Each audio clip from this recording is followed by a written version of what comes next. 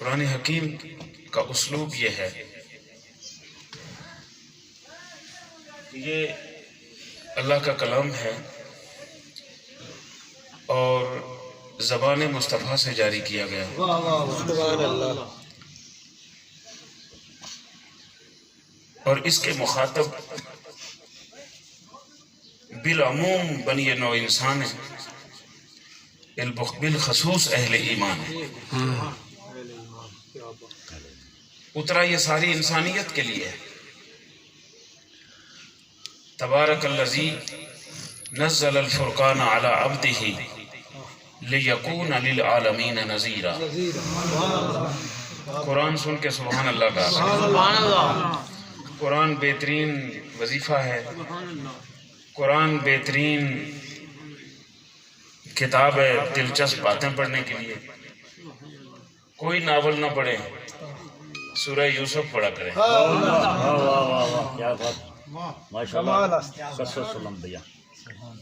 ناولوں میں جھوٹی کہانیاں ہوتی ہیں،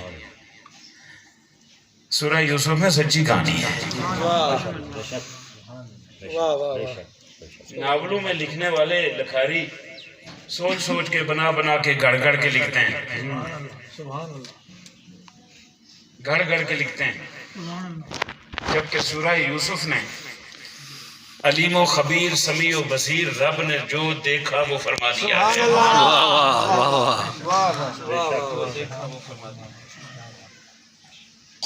ناولوں میں کہانی ایک مخصوص موڑ پہ آ کے دم توڑ جاتی ہے. ایک مخصوص موڑ پہ آ کے ڈرامہ ہو یا لکھی ہوئی کہانی ہو. توجہ ہے حضرات؟ بہت مزہ مجھے اس لیے آ رہا ہے کہ سننے والے احباب بیٹھے ہیں. یہ سٹیج پہ جو احباب ہوتے ہیں نا، یہ چونکہ سناتے رہتے ہیں، سننے کی عادت کم ہوتی ہے، اس لیے یہ نارمل بات نہیں سنتے. ان سے سبحان اللہ کہلوانا ذرا مشکل ہوتا ہے. انبر شاہ صاحب سے تو بہت ہی مشکل ہوتا ہے. ہر کہانی کسی نہ کسی موڑ پہ آ کے بے لذت، بے ذائقہ اور بے مقصد ہو کے رہ جاتی ہے. لیکن جب آپ سورہ یوسف پڑھتے ہیں تو آپ کو پتہ چلتا ہے کہ حسن کی ابتدا کیسی ہوتی ہے اور حسن کی انتہا کہاں جاتی ہے. کیا خوب. سبحان اللہ. سلامت رہیں. اسے قرآن پڑھا کریں، اس لیے پڑھا کریں کافروں کا ذکر چاہیں گے تو ملے گا، مومنوں کا ذکر پڑھنا چاہیں گے تو ملے گا، نبیوں اور رسولوں کا تذکرہ پڑھنا چاہیں گے تو ملے گا. اچھے لوگوں کی شان رب کی بارگاہ میں کیا ہے، تذکرہ ملے گا. نبی کیا کون ہوتا ہے قرآن بتاتا ہے، رسول کون ہوتا ہے قرآن بتاتا ہے، صدیق کسے کہتے ہیں قرآن بتاتا ہے، شہید کسے کہتے ہیں قرآن بتاتا ہے، ولی کسے کہتے ہیں قرآن بتاتا ہے، معجزہ کیا ہوتا ہے قرآن بتاتا ہے، کرامت کیا ہوتی ہے قرآن بتاتا ہے، نبی کی شان کیا ہے یہ بھی قرآن بتاتا ہے، امتی کا مقام کیا ہے یہ بھی قرآن بتاتا ہے.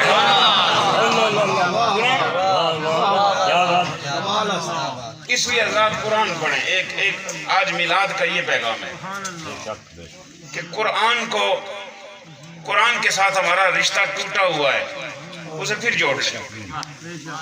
گھروں میں برکتیں لانی ہے تو قرآن پڑھیں، گھروں میں رونقیں لانی ہے تو قرآن پڑھیں، دل میں تسکین لانی ہے تو قرآن پڑھیں، رب کو راضی کرنا ہے تو قرآن پڑھیں، مصطفیٰ کو خوش کرنا ہے تو قرآن پڑھیں.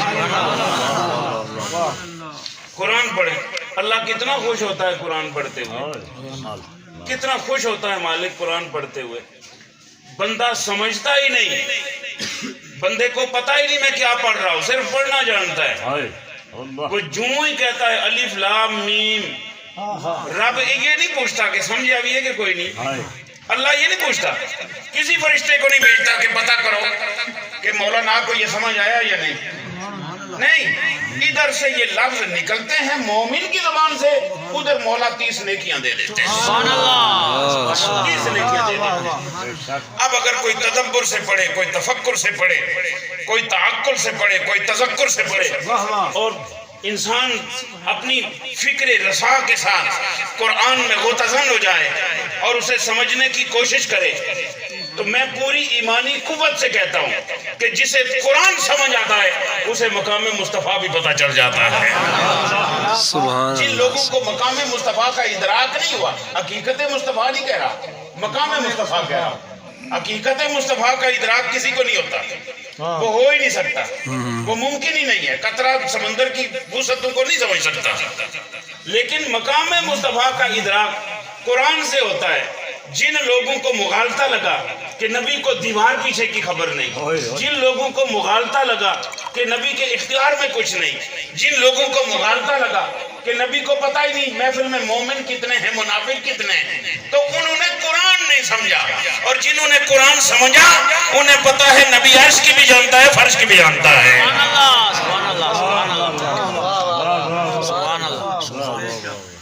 تو یہ تمہید طولانی ہو گئی، یہ عنوان نہیں ہے۔ قرآن جو ہے وہ آیا سب کے لیے ہے، میں نے اس کے ابلاغ کے لیے آیت پڑھی تھی، تبارک الذی نزل الفرقان علی عبدہ، لیکن آپ کے ذوق کے لیے دوسرے مقام پر فرمایا سبحان الذی اسری بعبدہ،